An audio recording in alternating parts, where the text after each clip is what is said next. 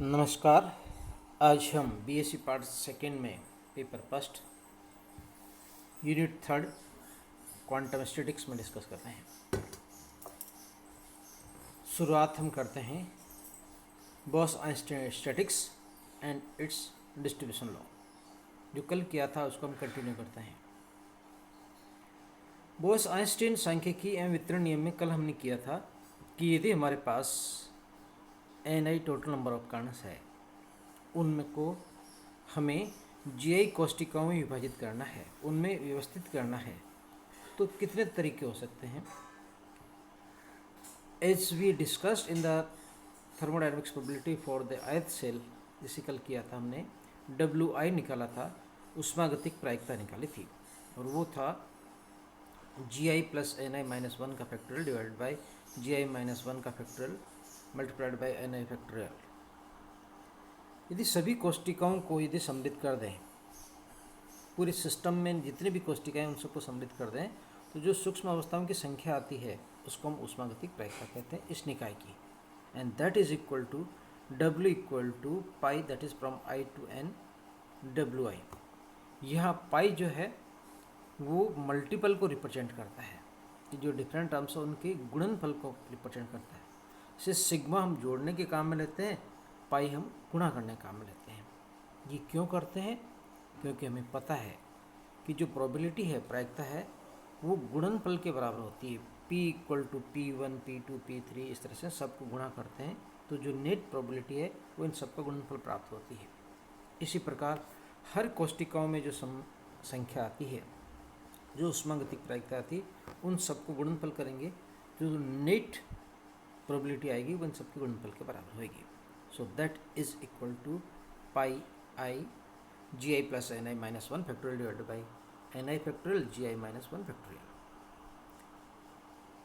Because NI and GI both are greater than 1, क्योंकि दोनों की संख्या बहुत अच्छी होती है, अधिक होती है।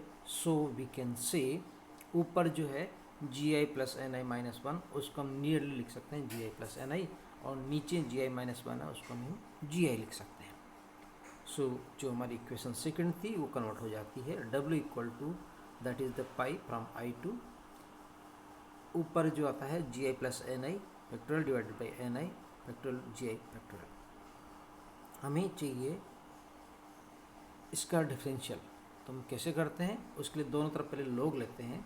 तो log W इक्वल टू जो पाई है, जो गुणनफल है, हमें पता है कि log में जो गुणा होता है वो जुड़ जाता है, इसलिए जो पाई का जो सिंबल है, now it is converted into the sigma.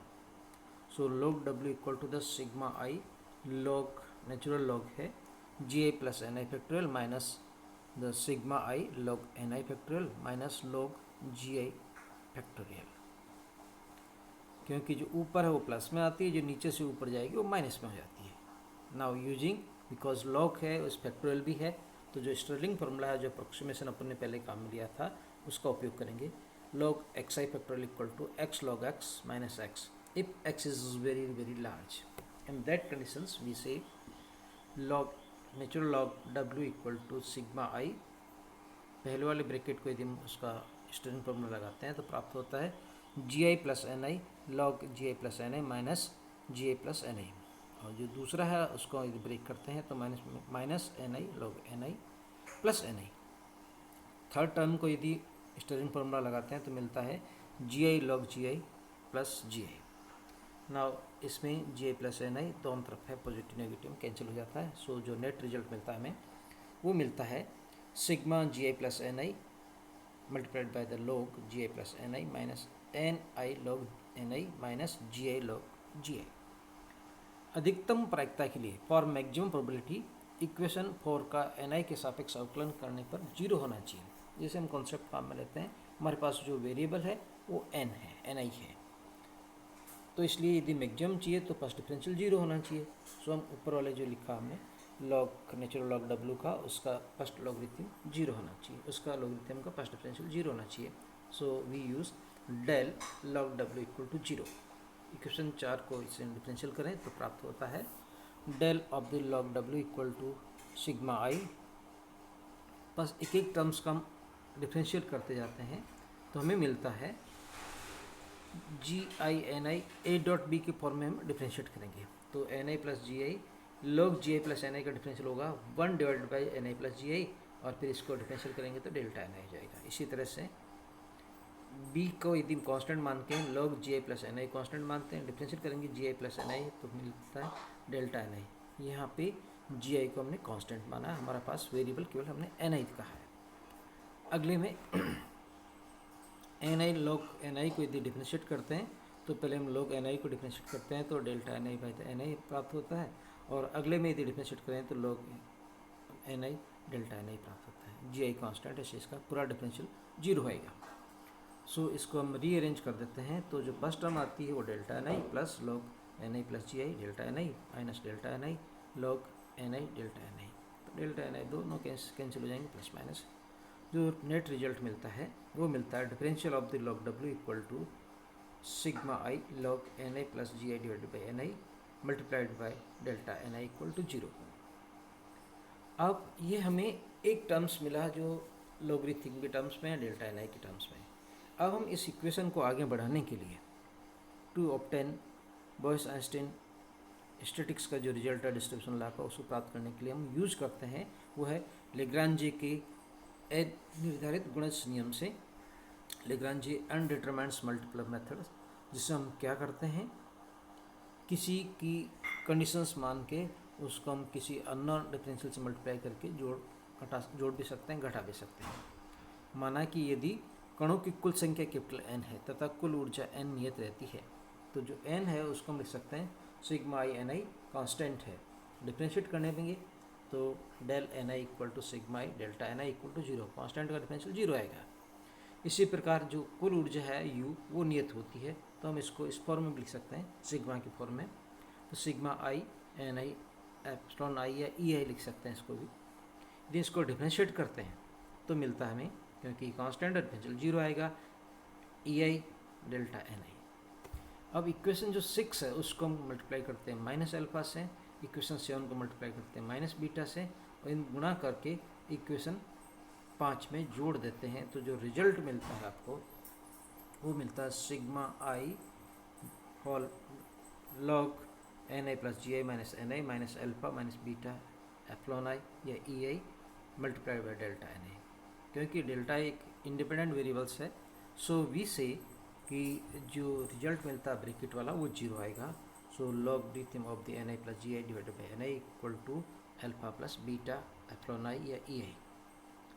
NI plus GI divided by NI equal to e raise to power alpha plus beta EI।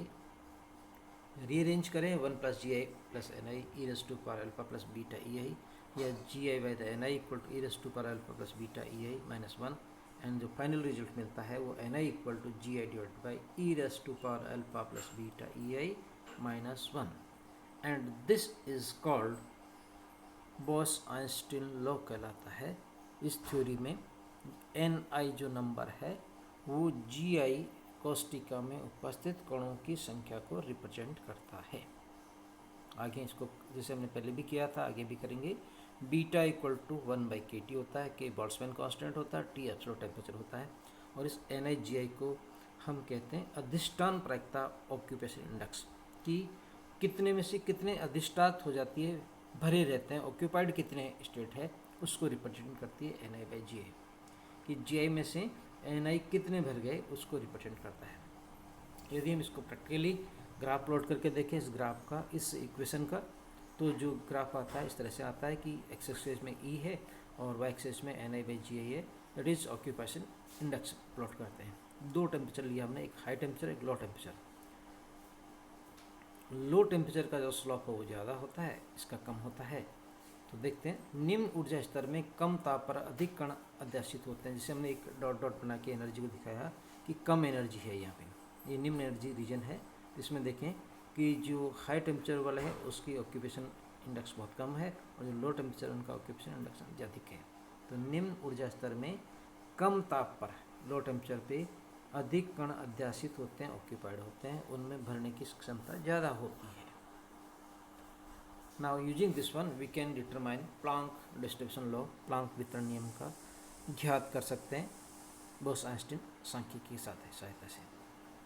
Boys Einstein statics का मुख्य उपयोग ब्लैक बॉडी रेडिएशन में किया जाता है। मैक्स प्लांक की theory के अनुसार विकिरण ऊर्जा का उत्सर्जन या अवशोषण कृष्णिका में उपस्थित इलेक्ट्रोमैग्नेटिक ऑसिलेटर विद्युत चुंबकीय दोलक के द्वारा किया जाता है, जिसको हमने कहते हैं कि ये इसी के द्वारा उत्सर्जन हो सकते हैं और यदि हाई लो टेम्परेचर होगा तो ये अवशोषण भी करते हैं।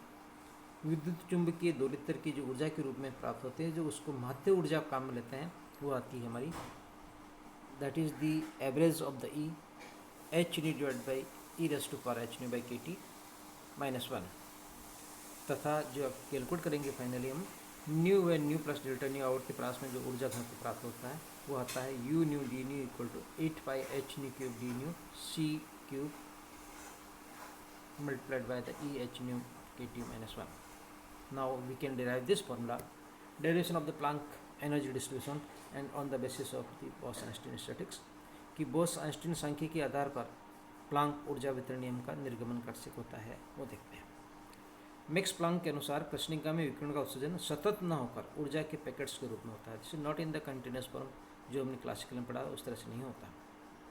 मैक्स प्लांक ने माना कि जो कृष्णिका में जो ऑसिलेटर्स हैं वो जो एनर्जी रेडिएट करते हैं वो फोटोन के रूप में होती है, means the bundle of the energies होते हैं और उनकी जो न्यूनतम ऊर्जा शक्ति है वो E equal to h nu हो सकती है। इसका जो मल्टीपल हो सकता है NH न्यू हो सकता है, किसी भी ज़्यादा फोटोनों की संख्या n नंबर ऑफ फोटॉन्स की होती है। एक फोटोन की जो ऊर्जा होती है वो E equal to h nu होती है।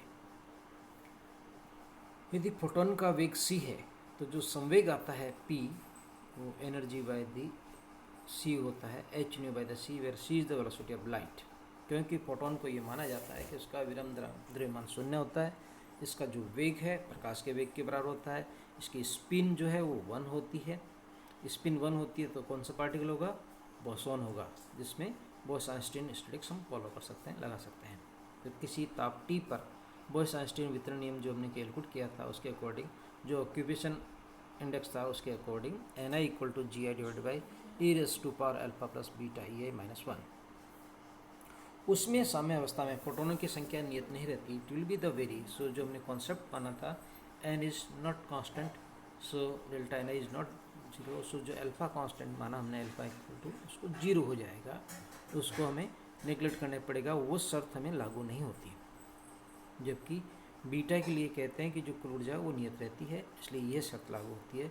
सो जो शर्त लागू नहीं होती उस डिफरेंशियल को, उस वेरिएबल उसको कांस्टेंट को अल्फा को हमने जीरो कर दिया है, एंड बीटा हमें पता है 1 बाई के टी होता है। So the Ni equal to g i divide by E raise to power e i by के टी माइनस 1। यदि कृष्णिका के आकार के अनुसार हम चेंज कर दें कि Ni जो है वेरी हो जाए, that is equal to d n, और जो एनर्जी रेंज है g i equal to ji E D e ले सकते हैं, इस एनर्जी परास में कितने कण हो सकते हैं, तो हमने Ni replace by the D N and the G I replace by the G E D E. So जो हमारा फॉर्मूला है वो कन्वर्ट हो जाएगा D N equal to ji E D divided by E raise to power E by के T minus 1, but the E equal to the h nu. So now this formula is converted in form of the frequency dn equal to g nu d nu divided by E h nu by kt minus 1। यहाँ g nu d nu आवर्ती प्रास d nu में दोलनीय विधियों की संख्या है, that is the number of oscillator, number of mode of the oscillations in this frequency range.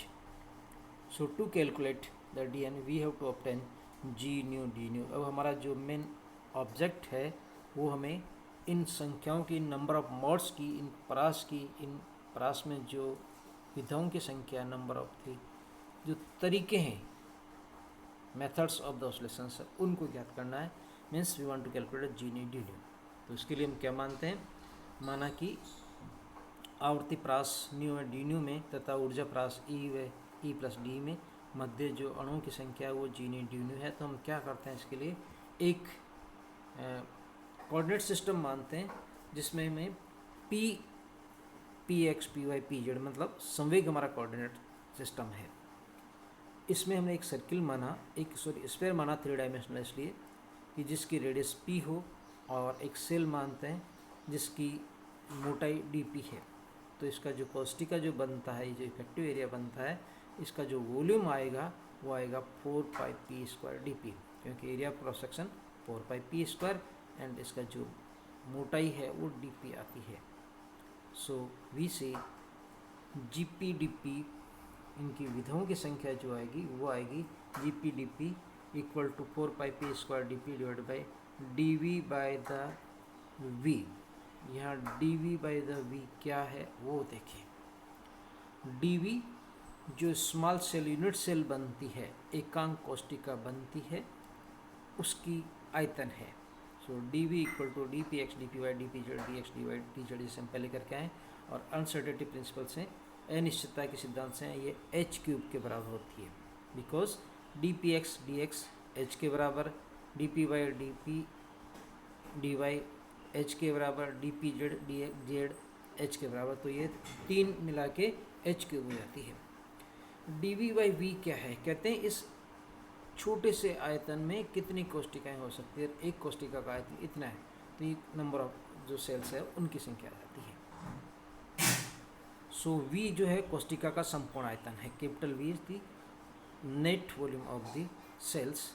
यहाँ P को हम लिख सकते हैं h/c और dP इक्वल लिख सकते हैं h/c d/, क्योंकि हमने जो कैलकुलेट किया वो मोमेंटम कोऑर्डिनेट्स में, इसको यदि हम फ्रिक्वेंसी कोऑर्डिनेट्स में कन्वर्ट करते हैं तो P इक्वल टू h/c काम लेते हैं। So we want to write g/d equal to 4πh/c। हमने P की जगह लिख दिया h/c का होल स्क्वायर, dP की जगह लिख दिया h/c d/, और नीचे जो है वो dV की जगह h³ लिख दिया और V जो वो ऊपर चला जाएगा। तो इसको रीअरेंज करें तो मिलता है हमें 4πv/c³ μ² d/। क्योंकि फोटोन की ध्रुवण की दो विधाएं हो सकती है।